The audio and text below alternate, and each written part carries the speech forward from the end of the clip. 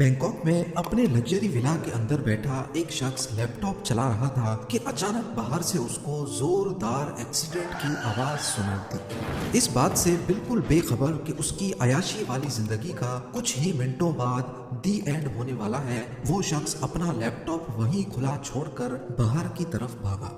कहने को तो एक लड़की ने अपनी टोयोटा कैमरे उसके विला के गेट से जा टकराई थी, पर असल में एक नहीं, दो नहीं, बल्कि 7 मुल्कों की पुलिस इस दिन का पिछले कई सालों से इंतजार कर रही थी। ये बैंकॉक में 5 जुलाई 2017 की सुबह थी और जिस शख्स की हम बात कर रहे हैं ये कोई मामूली इंसान नहीं है। ये मल्टी बिलियनेयर बादशाहों वाली जिंदगी गुजारता था। दिन को पोर्शा, शाम को BMW और रात को लैम्बोर्गिनी चलाता था। दुनिया की नज़र में सॉफ्टवेयर डेवलपर, जबकि असल में ये किंग ऑफ डार्क वेब के नाम से पहचाना जाता था। वो शख्स जिसने सालों से अपनी आइडेंटिटी को छुपाए रखा, एक छोटी सी गलती उसका सब कुछ बहा गई। प्रॉपर्टीज, पैसा, दौलत, गाड़ियां और उसकी जान भी। पर आखिर वो छोटी सी गलती क्या थी और कैसे 7 मुल्कों की पुलिस ने कोलैबोरेशन के साथ दुनिया के सबसे वांटेड डार्क वेब किंग को ढूंढ निकाला। नाजरीन, ये 2010 की बात है जब डार्क वेब आहिस्ता आहिस्ता उठ रहा था। डार्क वेब इंटरनेट की दुनिया का दूसरा रुख है जहां हर किस्म के इलीगल काम होते हैं। ड्रग्स और वेपन से लेकर टारगेट किलिंग के कॉन्ट्रैक्ट्स देने तक सारा काला बिजनेस यहीं पे होता है। यहाँ ऐसे ऐसे काम होते हैं जिनको सुनकर यकीन लाना भी हमारे लिए काफी मुश्किल है। डार्क वेब पे इस तरह के सारे कामों के होने के पीछे भी एक खास रीजन है। दुनिया भर में इलीगल काम करने वाले अपनी आइडेंटिटी छुपाना चाहते हैं ताकि पुलिस और लॉ इन्फोर्समेंट एजेंसीज की पकड़ में ना आ सके। और डार्क वेब पे इनका ये मसला हमेशा हमेशा के लिए हल होता नजर आ रहा था। जिस तरह नॉर्मल इंटरनेट पर ब्राउजिंग के लिए हम गूगल क्रोम जैसे ब्राउजर्स का इस्तेमाल करते हैं, इसी तरह डार्क वेब की वेबसाइट्स को ब्राउज करने के लिए स्पेशल ब्राउजर्स यूज होते हैं जो यूजर की आइडेंटिटी को बहुत सारे सर्वर्स के जरिए प्रोटेक्शन देते हैं। इनमें से एक का नाम टॉर ब्राउजर है। 2010 से पहले डार्क वेब का इतना रुझान नहीं था, लेकिन इसके बाद क्रिप्टो करेंसीज के आते ही इलीगल ट्रेड्स की पेमेंट ट्रांसफर करने का मसला भी हल हो गया, क्योंकि क्रिप्टो करेंसी को ट्रैक करना अथॉरिटीज के लिए नामुमकिन है। डार्क वेब में इलीगल ट्रेड्स के सारे मसले हल हो चुके थे। कॉन्ट्रैक्टर्स की आइडेंटिटी भी सेफ थी और पेमेंट ट्रांसफर करना भी काफी सेफ हो चुका था। अब सिर्फ एक चीज की जरूरत थी और वो था कोई अच्छा और रेप्यूटेबल प्लेटफॉर्म या फिर डार्क वेबसाइट। सबसे पहले सिल्क रोड नाम की डार्क वेबसाइट बनी जिसको इंटरनेट की इस अंधेरी दुनिया में काफी कामयाबी मिली। इसकी शुरुआत फरवरी 2011 में हुई और उठते साथ ही इसको 1 लाख से ज्यादा कस्टमर्स ने इस्तेमाल करना शुरू कर दिया। लेकिन 2.5 सालों के बाद सिल्क रोड का मालिक पकड़ा गया और ये वेबसाइट बंद कर दी गई। पर क्योंकि इस बिजनेस की काफी डिमांड थी तो कुछ ही दिनों में बहुत सारी नई डार्क वेबसाइट्स लॉन्च कर दी गई, जिसमें सिल्क रोड 2.0 और एवोल्यूशन नाम की वेबसाइट्स भी शामिल थी। इन वेबसाइट्स पे सेल परचेज के लिए कस्टमर्स अपने बिटकॉइंस प्लेटफॉर्म को देते और परचेजिंग के बाद ये बिटकॉइंस प्लेटफॉर्म का कमीशन काट कर सेलर को मिल जाते थे। अब क्योंकि यहाँ होता ही सारा ब्लैक बिजनेस है तो अक्सर वेबसाइट ऑपरेटर्स कस्टमर्स के सारे पैसे लेकर वेबसाइट बंद करके भाग जाते थे, जिसको एग्जिट स्कैम्स भी कहते हैं। वैसे ही ना उनको कोई जानता था और फिर डार्क वेब की वजह से उनको ट्रेस करना भी एक नामुमकिन काम था। लिहाजा एग्जिट स्कैम्स की सूरत में ड्रग डीलर्स सिंपली दूसरे प्लेटफॉर्म्स पे शिफ्ट हो जाते थे। डार्क वेब के शुरुआती सालों में यहाँ बहुत घपले होते रहे। एग्जिट स्कैम्स, प्लेटफॉर्म ओनर्स का पकड़ा जाना और हैकिंग बहुत कॉमन थी। यहाँ एक रेप्यूटेबल और ट्रस्टेड प्लेटफॉर्म की जरूरत थी और यही वो वक्त था जब 2014 में डार्क वेब पर अल्फा बे नामी डार्क वेबसाइट लॉन्च हुई। इसे लॉन्च करने वाले शख्स का ना नाम किसी को पता था, ना ही उसकी लोकेशन। वो अपने आप को अल्फा 02 के नाम से आइडेंटिफाई करवाता था। शुरुआत में अल्फा बे पर सिर्फ चोरी शुदा क्रेडिट कार्ड्स की इंफॉर्मेशन बिकती थी, लेकिन बाद में यहाँ दूसरे भी प्रोडक्ट्स की सेल परचेज शुरू हो गई, जैसा कि मनी लॉन्ड्रिंग और ड्रग्स। कुछ चीजें ऐसी थीं जिनको अल्फा बे पर ट्रेड करने की परमिशन नहीं थी। चाइल्ड अब्यूज और चोरी किए गए रशियन बैंक अकाउंट्स की डिटेल्स। پر ایسا کیوں تھا؟ شاید alpha 02 Russian law enforcement agencies سے پنگا نہیں لینا چاہتا تھا، یا پھر وہ U S law enforcement agencies کو یہ دکھانا چاہتا تھا کہ وہ رشیا سے بیٹھ کر یہ چلا رہا ہے، آف کورس جہاں یو ایس کا ہولڈ نہیں ہے۔ پہلے ہی سال میں الفا بے نے ڈارک ویب پر اپنے پیر جمانا شروع کر دیے۔ ایک ہی سال میں یہاں 2 لاکھ کسٹمرز اور 40,000 سے زیادہ سیلرز اپنا بلیک بزنس سکون سے کرنے لگے۔ 2017 تک الفا بے پر 3 لاکھ سے زیادہ آئٹمز لسٹ ہو چکے تھے اور روزانہ قریب $5 لاکھ کی سیلز بھی ہونے لگی۔ الفا 02 جس کو کوئی بھی نہیں جانتا تھا، وہ ان سیل سے مہینے میں $6 لاکھ کمانے لگا اور دیکھتے ہی دیکھتے ڈارک ویب کی دنیا کا اکیلا بادشاہ بن گیا۔ الفا بے ڈارک ویب کی سب سے بڑی مارکیٹ پلیس بن چکی تھی، جس نے ڈیلرز اور کسٹمرز کے بیچ اپنا ٹرسٹ لیول بنا دیا تھا۔ اس سب کے بیچ دنیا بھر کی لا انفورسمنٹ ایجنسیز الفا 02 کی اصل پہچان جاننے کی کوششیں کر رہی تھی، پر تاحال ابھی تک ناکام رہی۔ امریکن انویسٹیگیٹرز الفا بے کی سرور لوکیشن جاننا چاہتے تھے تاکہ ڈیٹا سینٹر پہ ریڈ کر کے پلیٹ فارم بند کر دیا جائے اور شاید اس سے الفا 02 تک پہنچنے کا بھی کوئی چانس بن سکے۔ نارملی کسی بھی ویب سائٹ کی سرور لوکیشن یعنی جہاں پر ویب سائٹ ہوسٹ ہوتی ہے وہ معلوم کرنا اتنا مشکل نہیں ہوتا، لیکن ڈارک ویب سائٹ کیونکہ صرف ٹور براؤزر کے ذریعے ایکسیس ہو سکتی ہے، جو دنیا بھر کے رینڈم سرورز کے پیچھے اصل ویب سائٹ کی لوکیشن کو چھپا کر رکھتا ہے۔ یہی وجہ تھی کہ امریکن انویسٹیگیٹرز کا الفا بے تک پہنچنا ناممکن تھا، لہٰذا وہ الفا بے پر نارمل یوزر بن کر ڈرگز خریدنے لگے، اس امید میں کہ ڈرگ ڈیلر کبھی کوئی غلطی کرے تو ہم اس تک پہنچ سکیں۔ پر اس سے تو صرف ڈرگ ڈیلر پکڑا جائے گا، جبکہ اتھارٹیز کو تلاش تھی الفا بے کے ماسٹر مائنڈ الفا 02 کی، جو اس معاملے میں کافی احتیاط کر رہا تھا۔ اس کو اس اندھیری دنیا میں بچے رہنے کے سارے گڑ معلوم تھے۔ پچھلے کئی سالوں میں اس نے چھوٹی سی بھی غلطی نہیں کی جو اتھارٹیز کو کوئی اشارہ دے سکے، لیکن پھر 2017 میں اتھارٹیز کو الفا 02 تک پہنچنے کا ایک سراغ مل ہی گیا۔ ڈی ای اے یعنی ڈرگ لا انفورسمنٹ ایجنسی کے ایک آفیسر رابرٹ ملر الفا 02 کی تلاش میں کمپیوٹر کے سامنے بیٹھے تھے کہ اچانک ان کو ایک ای میل ریسیو ہوئی۔ اس ای میل میں الفا 02 کے بارے میں کچھ لکھا تھا اور ای میل بھیجنے والا کوئی نامعلوم شخص تھا۔ اب یہ تو آپ سب کو پتا ہوگا کہ نارملی جب بھی کسی ویب سائٹ پر رجسٹر کیا جائے تو ایک ویلکم ای میل آتی ہے۔ ایسی ہی ایک ویلکم ای میل الفا بے کی طرف سے اس شخص کو بھی آئی تھی جب یہ پلیٹ فارم 2014 میں نیا لانچ ہوا تھا، اور یہ ویلکم ای میل جس ای میل ایڈریس سے آئی تھی وہ یہ ایڈریس تھا۔ حالانکہ بعد میں یہ غلطی فکس کر دی گئی، لیکن ٹپ دینے والے نے یہ ریئل ای میل ایڈریس سیو کر کے رکھا تھا جو اس نے ڈی ای اے کے آفیسر رابرٹ ملر کے ساتھ ای میل پہ شیئر کیا۔